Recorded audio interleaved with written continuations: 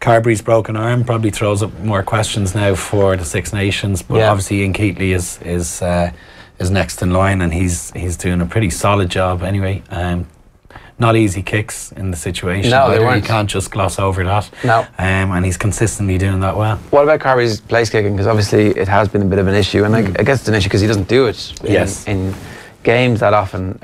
So what, like, obviously you fix that by spending hours and hours with the kicking coach, but you kind of need to ask Leinster, could you mind letting him take some kicks there, lads? Would that be alright?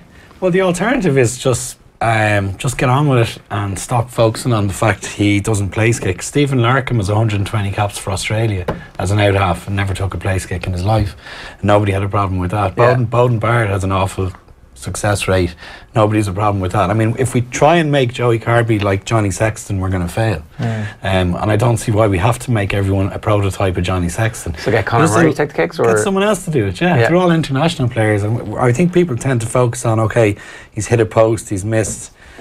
Who says he has to take the place kicks in the first place? He can do things nobody else can, and let him at it. Yeah, that's pretty radical though, right? Like, well, yeah. When you think it's international football as well. You'd like to think there's at least 2 or 3 guys, although I can't name any off the top of my head. But you know, at any provincial level, there's got to be guys who are also going out and practicing their place kicking. I do think it's uniquely.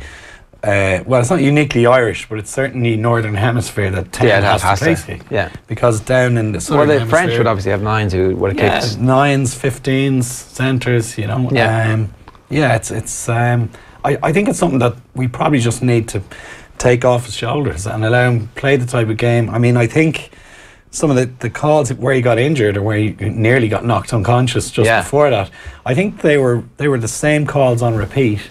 That, I mean, he sliced them open with that play. It's the Sexton loop play, and it was superb. And he managed to convert the line break into a score, which is harder again to do. It doesn't always convert. The Sweetenham try. Yeah. But he then recalled it and called it again. And I think there was an element of trying to replicate what Johnny would do in those scenarios. Whereas if he'd have just read it himself, used his own instincts, I don't believe he'd have called those things. I think we need to give the guy a bit of freedom to express himself within what is the team structure. Maybe take the place kicking duties away from him, and we could reap the rewards. Is there something about the number 10 jersey when it comes to Ireland that just leaves itself much more open to big hits?